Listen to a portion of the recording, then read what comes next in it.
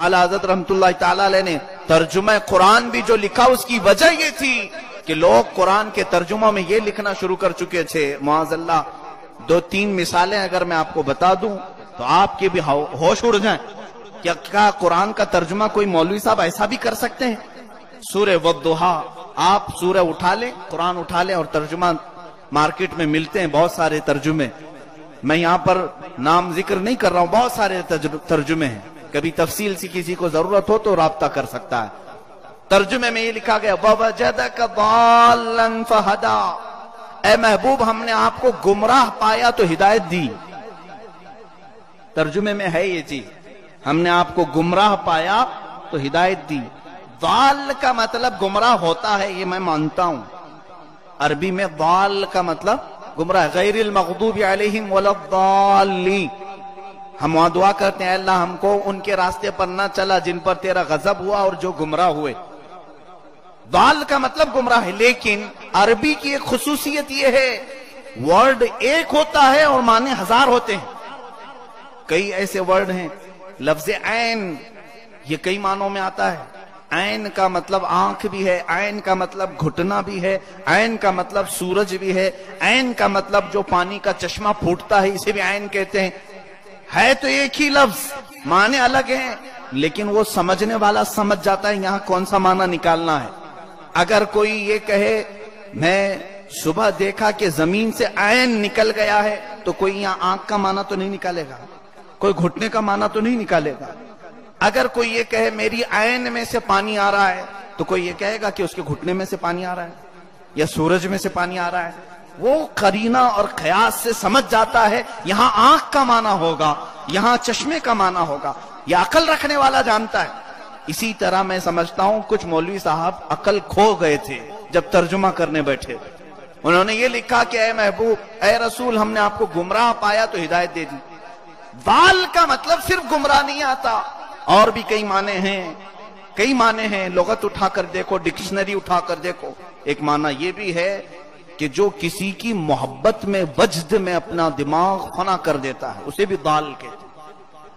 जो महबूब होता है, किसी की मोहब्बत में पूरी दुनिया हो मावरा से बेनियाज चला जा रहा है, चला जा रहा है, उसे किसी चीज की फिक्र नहीं।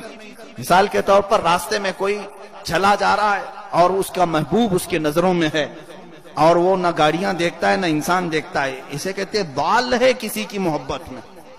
गुमराह नहीं कहेंगे उसे, वो मोहब्बत में खुद रफ्ता है, मोहब्बत का गिरफ्तार है, ऐसे को भी दाल कहते हैं। अब ये माना मुनासिब था, लेकिन दूसरे साहबों ने नहीं किया।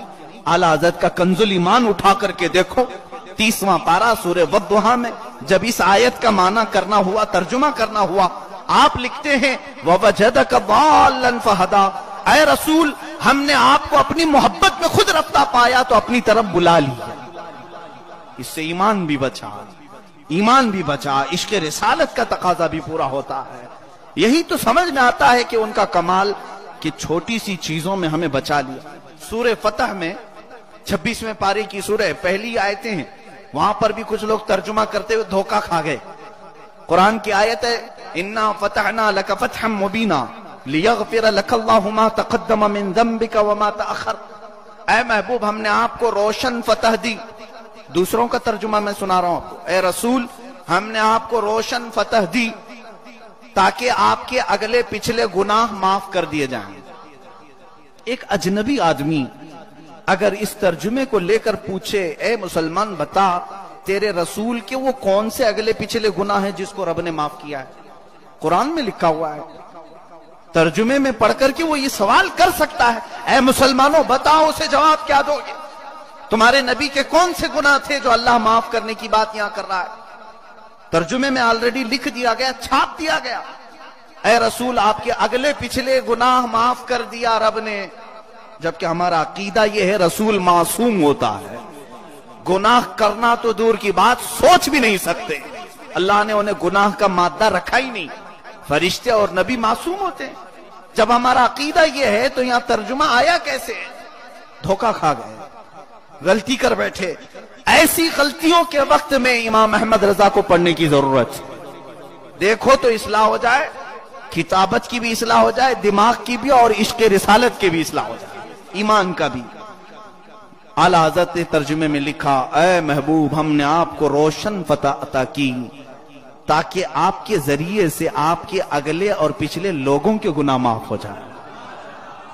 کتنی بڑی بات ہے، اے نبی آپ کے ذریعے سے آپ کے اگلے اور پچھلے لوگوں کے گناہ معاف ہو۔ یہاں لوگوں کے گناہ معاف ہونے کی بات ہے، اور وہاں ڈائریکٹ رسول کے گناہ معاف کرنے کی بات کی جا رہی۔ ایمان والو ذرا اپنے دل پر ہاتھ رکھ کر بتاؤ، کون سا ترجمہ تمہیں ایمان سے قریب نظر آتا ہے؟ یہی کنز الایمان ہے جس کا نام ہی رکھا گیا ایمان کا خزانہ ہے، ایمان کا خزانہ ہے۔